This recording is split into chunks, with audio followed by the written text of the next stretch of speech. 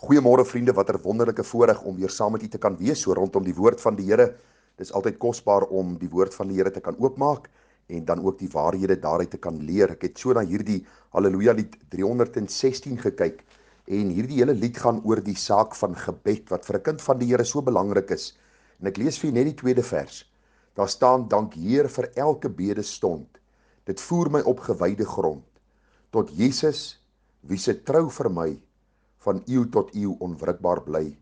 U woord is my tot troos en steun. Dis u genade waarop ek leun. Vry werp ek al my aardse sorg op hom, my heiland en my borg. My so pragtige lied en ek het so daaraan gedink, vriende. Ons lewe in baie moeilike tye.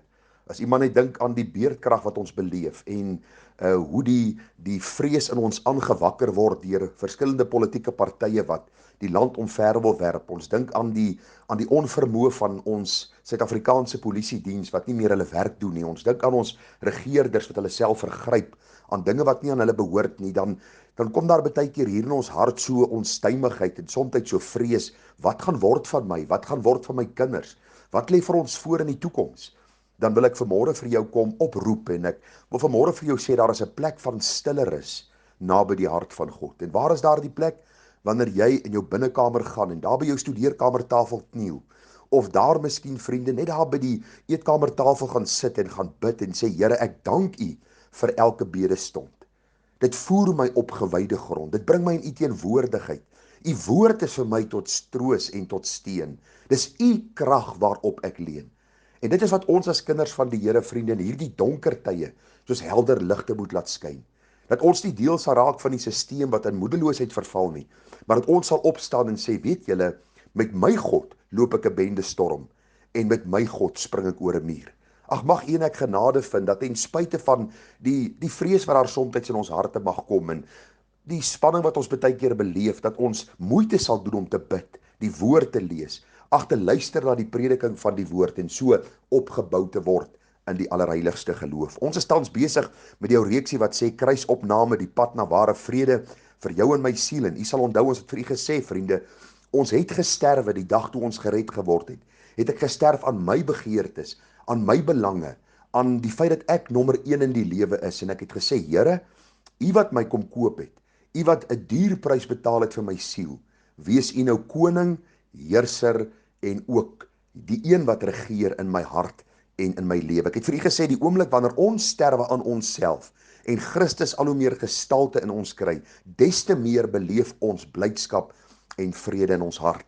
Nou, ons het na 'n klompie gedagtes al gekyk, ek gaan nie alles herhaal nie, maar ons het gekyk daar in Kolossense 3 vers 1 en 2, die gedagte van soek die dinge daarbo, bedink die dinge daarbo, en dan gaan ons vanmôre kyk na die B-gedeelte van vers 3, wat sê, julle het gesterwe en julle lewe is saam met Christus verborge in God. Wanneer Christus, wat ons lewe is, geopenbaar word, dan sal julle ook saam met hom in heerlikheid geopenbaar word. Nou vriende, wat wil die woord vir ons kom leer? Dit is eintlik so kosbaar en dit gryp 'n mens aan die hart en ons dank God dat hy soveel belang het by sy kinders, dat hy ons nie net so los nadat hy ons gered het en vir ons vir die wolwe gooi nie, maar hy beloof ons dat hy ons sal vat, ons uit die moddersluik sal uithaal en ons deur 'n proses van heiligmaking sal laat gaan om meer te word soos Jesus en ons gereed te maak vir die hemelse heerlikheid. U sien vriende, Christendom gaan nie per se soos ander godsdienste en religieuse groepe oor die onderhouding van reëls en regulasies nie. Christendom gaan nie oor moets en moenies wat voorgeskryf word en elke Jan Rappen sy maat se moets en moenies verskil van mekaar nie. Nee, Christendom, vriende, om kind van God te wees, beteken dat ek word soos my meester. Daar is vir my 'n voorbeeld, 'n lewende voorbeeld, die Here Jesus Christus wat op aarde geleef het, 'n volmaakte voorbeeld nagelaat het. Hy het gesterf, hy het opgestaan, hy tree vir my nou in by die Vader, sodat ek ook gelykvormig kan word aan sy beeld. U sien, Christendom gaan oor 'n persoon. Sy naam is Jesus Christus. U sien, die wêreld haat nie kinders van die Here oor hulle moraliteit of hulle reëls en die feit dat hulle wetsgehoorsame burgers is nie. Die wêreld haat ons nie omdat ons 'n sterk invloed het, vriende, in die ekonomie of op die politiese gebied of waar ook al op sosiale gebied nie. Die wêreld haat ons omdat ons lief is vir Jesus Christus. En wie is Christus? Hy eis alleen aanbidding. Christus kom en hy sê, ek is die weg, die waarheid en die lewe, en niemand sal by God die Vader uitkom, behalwe deur my nie. U sien, dis kom die wêreld ons haat. Die wêreld reken Christene is arrogant, omdat hulle sê, daar is net een weg na God, en dis Jesus Christus. En ons sê dikwels, dis nie ons wat so sê nie, dis God wat so sê. En wie is God? Hy is die skepper. En as die skepper vir ons sê, dat daar een weg na hom toe is, en dit is deur sy seun, Jesus Christus, wat die offer aan die kruis was, dan moet ons gehoor gee. Daarom vriende, as jy en ek waarlik wil kruis opneem, waarlik wil sterwe aan onsself, ware geluk en vrede wil beleef, dan gaan die wêreld ons heel moontlik haat. En dit klink miskien na 'n paradoks dat ons vrede in ons hart het terwyl mense ons aan die buitekant haat, maar hoor wat ek u sê. Dit gaan op die einde van die dag, wanneer jy in jou bed gaan lê vanaand, het jy vrede in jou siel, omdat Jesus jou redder is, en omdat jy vandag in sy voetspore gevolg het. Daarom kom die apostel Paulus. Hy sê, ek is met Christus gekruisig, en ek leef nie meer nie, maar Christus leef in my. Wanneer ons Christus, ons verlosser, leer liefkry, wanneer ons hom deur die blaaie van die Bybel afgeskilder sien, wanneer ons hierdie voorbeeld van hom sien, wanneer hy uitgeskel word, dat hy nie terug uitskel nie, wanneer hy deur die Fariseërs vervolg word, en al wat hy doen, die waarheid aan hulle deurgee, dan word ons verander al hoe meer na sy beeld, en beleef ons wat dit is dat Christus in ons gestalte kry. Daarom sê die apostel Paulus, wat ek nou in die vlees lewe, leef ek deur die geloof in die Seun van God, wat my liefgehad en hom vir myself oorgegee het. Ag, dis wonderlik dat Christendom nie net leebeloftes inhou, dat daar eendag iewerste in die ewigheid vir ons 'n ietsie wag, wat daarom beter as hierdie aarde sal wees nie. Christendom is uniek in die sin, dat die skepper van hemel en aarde, wat alles in die lewe geroep het, vir ons die belofte gee, en hy kan nie lieg nie. Onthou Numeri 23 vers 19 sê, God is geen mens, dat hy sou lieg of 'n mensekind dat hom sou berou nie. Sou hy iets sê en dit nie doen en iets spreek en nie waar maak nie?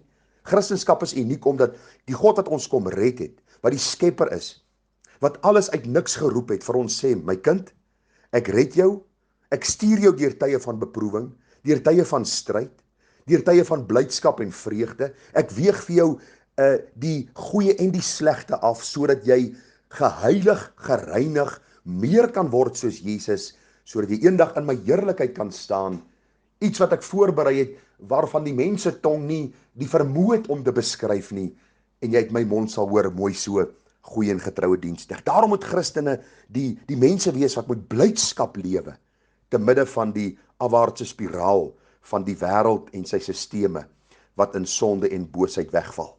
2 Korintiërs 4 vers 11 sê vir ons, want altyd word ons wat lewe, oorgelewer in die dood om Jesus wil, sodat ook die lewe van Jesus in ons sterflike vlees openbaar kan word. Is dit nie vir u mooi nie?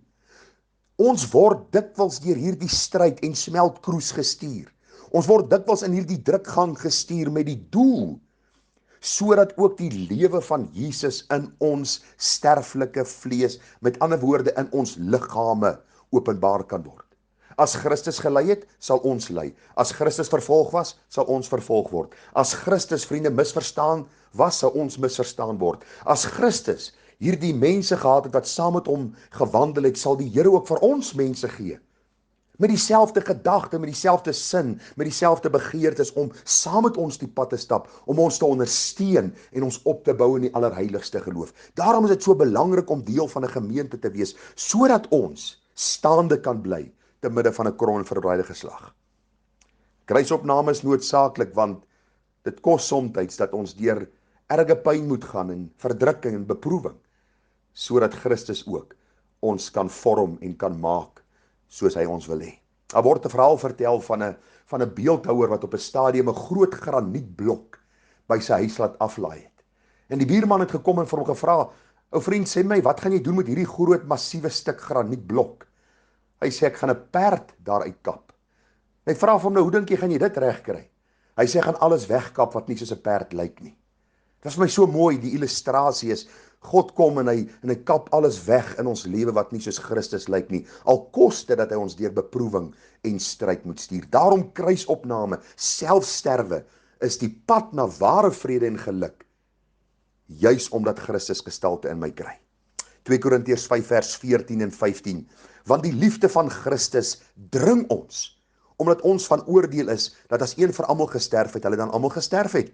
En hy het vir almal gesterwe, sodat die wat lewe, nie meer vir hulself moet lewe nie, maar vir hom wat vir hulle gesterf het en opgewek is. As jy kind van God is, vriende, kan jy nie meer vir jouself lewe nie. Ek wil so ver gaan om te sê, jy wil nie meer nie, want die Gees van God roep in jou binneste uit, Abba Vader. Ek wil soos Vader wees. Ek wil God verheerlik deur Jesus Christus, wat sy lewe aan die kruis gegee het, deur die instaatstellende krag van die Heilige Gees. Ek wil nie meer my lewe vir myself lewe nie, want self bring moeilikheid, self bring sonde, self bring ongeluk. Om vir Christus te lewe, is absoluut die moeite werd. Ons gaan in die week wat nou kom, so 'n bietjie verder in die hoofstuk van Kolossense 3 gaan. Daar staan, maak dood julle lede. En dan staan daar weer, beklee julle self met. En ons gaan deur hierdie hele hoofstuk werk om vir u te wys hoe kosbaar die Here vir ons eintlik punsgewys die waarhede neerpen, sodat ons dan ook ons kruis kan opneem, aan onsself kan sterwe, Jesus kan volg en so ware vrede vir ons siele verkry. Mag die Here vir my en jou genade gee.